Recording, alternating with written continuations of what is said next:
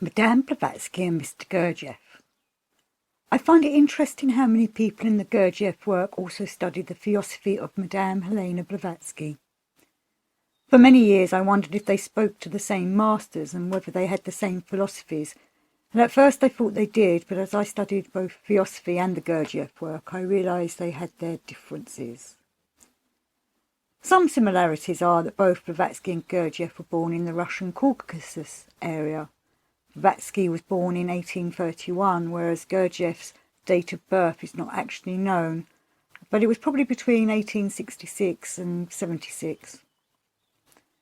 The Theosophical Society was founded in New York City on November the 17th, 1875, with Blavatsky, Colonel Alcott, William Quan Judge, Emma Harding Britton, as well as a few others, discussing spiritual matters and wanting to start a society that would become a body for the collection and diffusion of knowledge for occult research and the study and dissemination of ancient philosophical and theosophical ideas.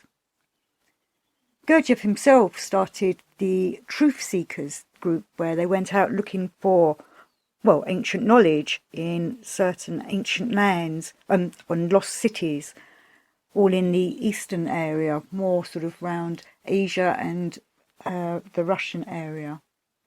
Gurdjieff was never a member of the Theosophical Society, though his wife Julia Ostrowska was when she lived in Russia, as too was Peter Ouspensky. Ouspensky was a paying theosophist for about 7 years before he became disillusioned with it all and went off on his own travels, looking for mystical folk and miraculous signs, and of course later he came to Gurdjieff. Madame Blavatsky was instructed by the brothers to start the society. These brothers were members of the White Brotherhood. Blavatsky always called them brothers. It was Damodar, a theosophical student, who was the one who gave the brothers the name Mahatma, which is what most people use today. And the book, The Mahatma Letters, obviously uses that title, is the collection of letters that these brothers or masters of the White Brotherhood were sending out to various Theosophical Society members. Gurdjieff went looking for this brotherhood, the White Brotherhood, but alas did not find them. He says they probably did not exist. He is quoted as saying the following about his attempt to find the truth in her work, in Blavatsky's work, and in finding her masters. He found instead erroneous statements of Madame Blavatsky's secret doctrine, and he also named these teachings, the theosophical ones, as pseudo-teachings. My own opinion is that the Brotherhood was only found by those who they, the masters, wanted to find it, and it pains me to say that they probably did not want Mr. Gurdjieff to find them.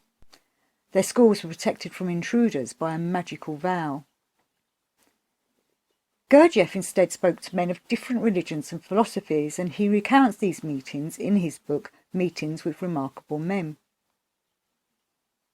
Saying our prayers is very important to some people, asking for divine blessings or help with situations, because, let's face it, most people only pray in time of need. Prayer is a gateway to the divine, whether it is direct to the Godhead or through a saint or lesser deity. Now, Madame Blavatsky says we do not need to pray because God, or the divine, is not without, but the divine is within us, because God is everything. God is within us. God is our higher self. Gurdjieff advises prayer before doing anything, and also says maybe we should pray to a saint rather than the divine God himself, as the Creator is probably far too busy to be dealing with other things than having to look at our prayers. And also we're probably quite insignificant in the God's big plans. Blavatsky says that we need to build a ladder to reach the higher knowledge, and that we must burn it when we reach the other side. Gurdjieff agrees that we must climb a ladder, we must ascend to the higher, but he says, always have somebody behind you climbing the ladder so that all the rungs are filled, all the way up to the ascension. This is a way of transmission, a passing of the knowledge and wisdom. Madame Blavatsky in Theosophy says that we do not need a guru, find the answers within oneself and through one's own study. Whereas Gurdjieff says, find a school, find a teacher. Though there are differences, there is also similarity in their writings and the terminology they both use. For example, they both stress the special numbers 3 and 7 as being important in the makeup of the world. But of course they would have similarities because they both work on ancient, esoteric and occult knowledge.